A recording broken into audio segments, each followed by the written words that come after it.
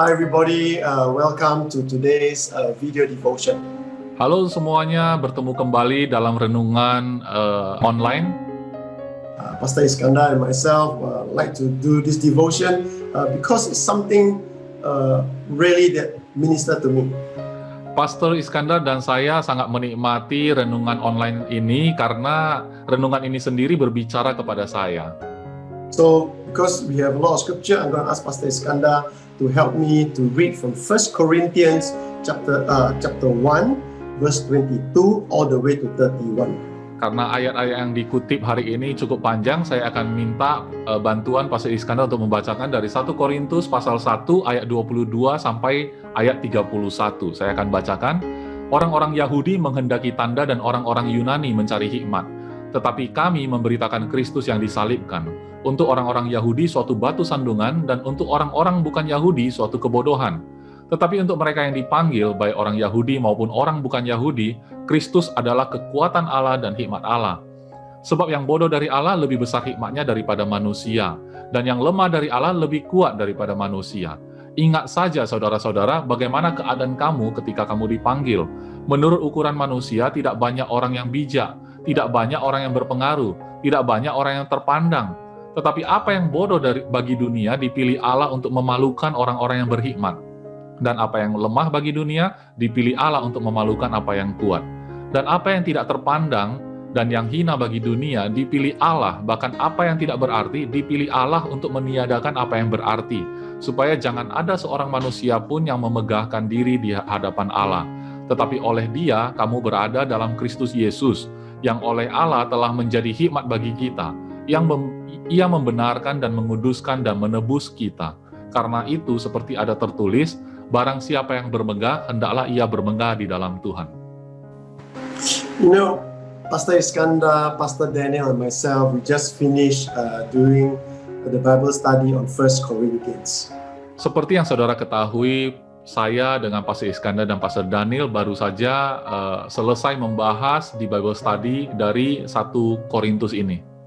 And when we started, when we first started and then come to chapter 1, verse 26 onwards, really ministered to me.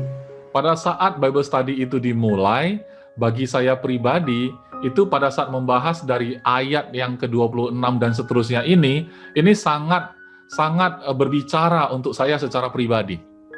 You know, I do not know about your family background. If you come from a Christian background where your parents teach you to pray, teach you to read the Bible from young, congratulations. Saya tidak tahu latar belakang keluarga saudara. Apabila saudara berasal dari latar belakang keluarga Kristen, kemudian orang tua saudara telah mengajari saudara untuk rajin membaca Alkitab sejak masih kecil, maka saya ucapkan selamat bagi saudara. And if you come out from a family background that your parents are well-to-do, can look after you, send you to the best school, congratulations. Kalau saudara berasal dari keluarga yang mapan secara ekonomi, saudara bisa mengenyam pendidikan yang bagus karena sudah disediakan oleh orang tua, segala sesuatunya bagus, maka saya juga ucapkan selamat bagi saudara. But when I read verse 26, it talks about me, you know, it says, brothers and sisters, think what you were when you were called. Tapi ayat 26 benar-benar seperti lagi bicarain saya, karena dikatakan di sana ketika kamu dipanggil, kamu ingat ya keadaan kamu ya seperti pada saat kamu dipanggil. So when I was born again at the age of 14, I didn't come from a rich family. I didn't come from a Christian family. I wasn't bringing happiness to my father and mother. Kembali lagi pada saat saya itu dipanggil, sekitar umur 14 tahun, pada waktu itu saya bukan berasal dari keluarga yang cukup kaya atau bahkan keluarga Kristen. Bahkan saya ini adalah anak yang tidak pernah memberikan rasa senang untuk orang tua saya. He says, not many of you were wise by human standard. And I agree. I was not wise by human standard. Di sini katanya waktu kamu dipanggil, Rasul Paulus menulis bahwa menurut ukuran manusia tidak banyak orang yang bijak. Saya setuju, saya pun menurut ukuran manusia tidak disebut orang bijak. I was wise in my own mind. But in the world standard, I was not wise. Tapi saya merasa saya ini bijak untuk ukuran saya, tapi ukuran manusia di dunia ini saya tidak masuk hitungan. He says, not many were influential, but I was influential among all my gangsters' friends. Kemudian dilanjutkan bahwa tidak banyak orang yang berpengaruh. Saya merasa saya orang berpengaruh, betul, tapi hanya berpengaruh di lingkungan preman di mana saya bergaul.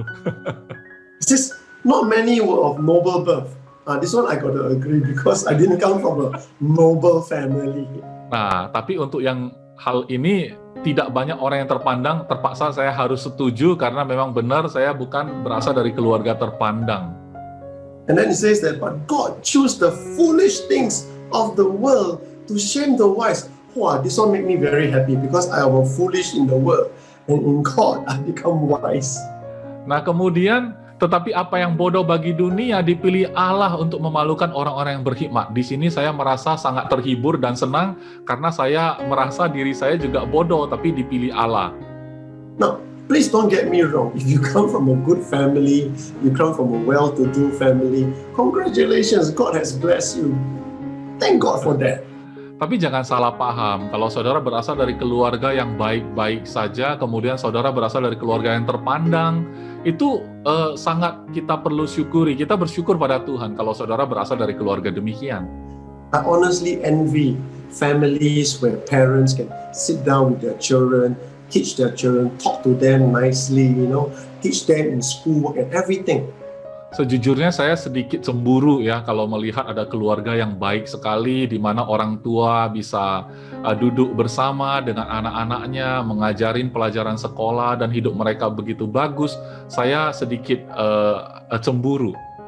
And I'm also a little bit envious in the good sense.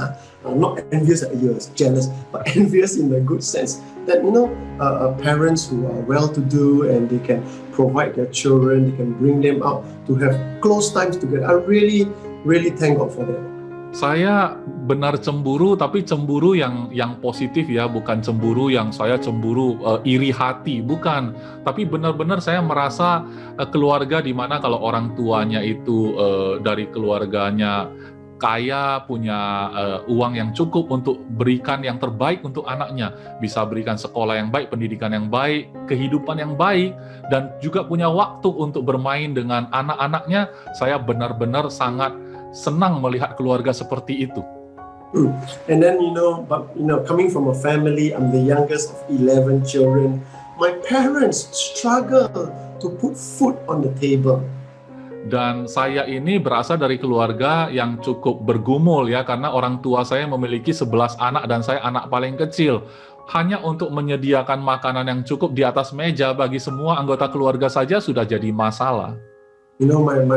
My older siblings, my elder sis, my oldest brother, from young they have to actually go out to work so that they can help my parents buy food, to bring money to buy food for the family. So I was not in the rich category.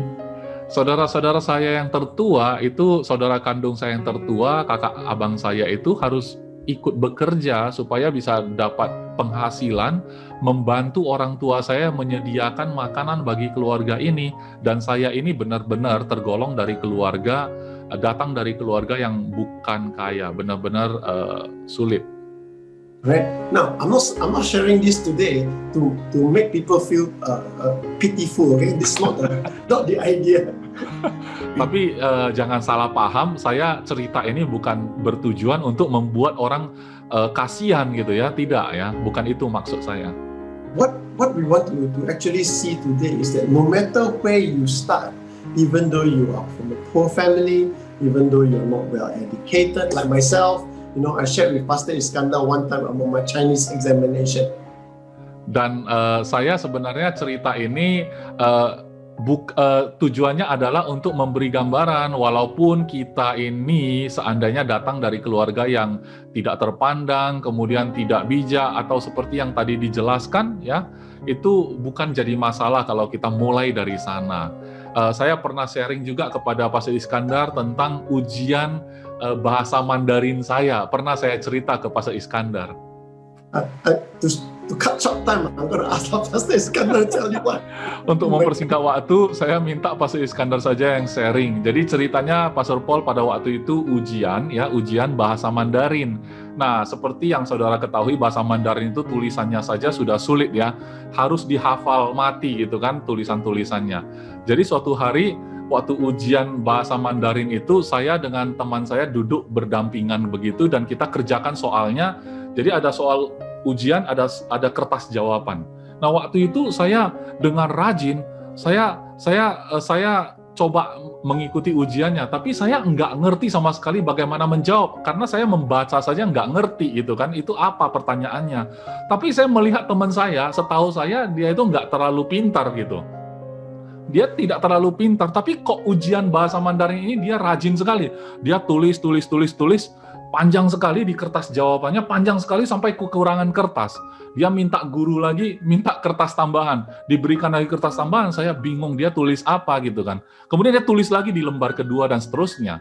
Akhirnya saya sudah selesai, saya keluar, waktu ujian selesai, saya tanya pada dia, kamu sebenarnya jawab apa sih di kertas jawaban? Akhirnya dia bilang, saya sebenarnya mencatat kembali pertanyaannya, saya juga ngerti bahasa Mandarinnya tulisannya apa. Saya mencatat ulang saja persis seperti pertanyaannya. Jadi bahasa Mandarinnya panjang karena pertanyaannya juga panjang. Ternyata teman ini juga nggak ngerti bahasa Mandarin, dia cuma menyalin kembali saja jawab pertanyaannya gitu. Jadi kelihatan penuh dalam kertas jawabannya. So the thing is that even though my effort is little, his effort is a lot, both of us got the same result. Jadi saudara bisa lihat dari cerita ini, saya tidak melakukan upaya apa-apa karena memang nggak ngerti. Teman saya melakukan usaha yang keras ya, tapi hasilnya sama aja. So the thing is that even though we are failures in this life, this is what verse 28 say, but God chose the lowly things of this world and the despised things, the things that are not, to nullify the things so that no one can boast before God. Tapi sekalipun apa yang kita lihat tentang diri kita sebagai sebuah kegagalan, tetapi di ayat 28 dikatakan bahwa apa yang tidak terpandang dan yang hina bagi dunia, dipilih Allah, bahkan apa yang tidak berarti, dipilih Allah untuk meniadakan apa yang berarti. You know, it tells us that you know, as you grow in the Lord, God bless you and God grow in you, and God has blessed me. So I'm not lacking anything. Dan kemudian kita bisa tahu bahwa ini berbicara tentang hidup kita pada saat kita sudah dipanggil, Tuhan terus memperbaiki hidup kita, Tuhan mengangkat hidup kita, dan saudara tahu, dalam hidup saya tidak menderita kekurangan. So do not worry where your background is or how you what sort of family background you come from. Jadi janganlah khawatir dari latar belakang keluarga seperti apa saudara berasal. Dari keluarga seperti apa Anda berasal, janganlah khawatir. We share that funny story because that's true for me, it's real for me. But you know, God has taken me from the low to where I am today. Ya, jadi kita menyampaikan cerita lucu tadi itu benar kenyataan yang terjadi dalam hidup saya, tetapi saya mau cerita bahwa Tuhan telah mengangkat hidup saya sampai di titik di mana saya berada saat ini. But let us never become proud and say that my strength and my ability, it's not about us, but let us boast in the Lord. Tapi sekalipun kita sudah menjadi lebih baik dalam hidup ini, janganlah kita menjadi tinggi hati seolah-olah itu adalah hasil upaya kita sendiri, tetapi bermegahlah karena apa yang sudah Tuhan lakukan. And never forget where you start from, especially if you are broken and terrible. Dan kemudian God is the one who raised you up. Dan kemudian juga jangan lupakan memang di masa lalu Anda mungkin kalau saudara benar-benar berasal dari keluarga yang hancur berantakan, boleh dikatakan hidup saudara berantakan, tapi pada saat saudara sudah diangkat oleh Tuhan dan hidup saudara diperbaharui terus, kemudian saudara menjadi lebih baik, ingatlah bahwa itu adalah apa yang Tuhan lakukan. Thank you for listening. God bless you. Remember, keep your eyes on Jesus and boast in the Lord. Dan terima kasih sudah mendengarkan ini semua, dan ingatlah, tetaplah arahkan pandanganmu terhadap Tuhan Yesus, dan bermegahlah karena Tuhan. God bless you. Bye-bye. Tuhan memberkati dan sampai jumpa.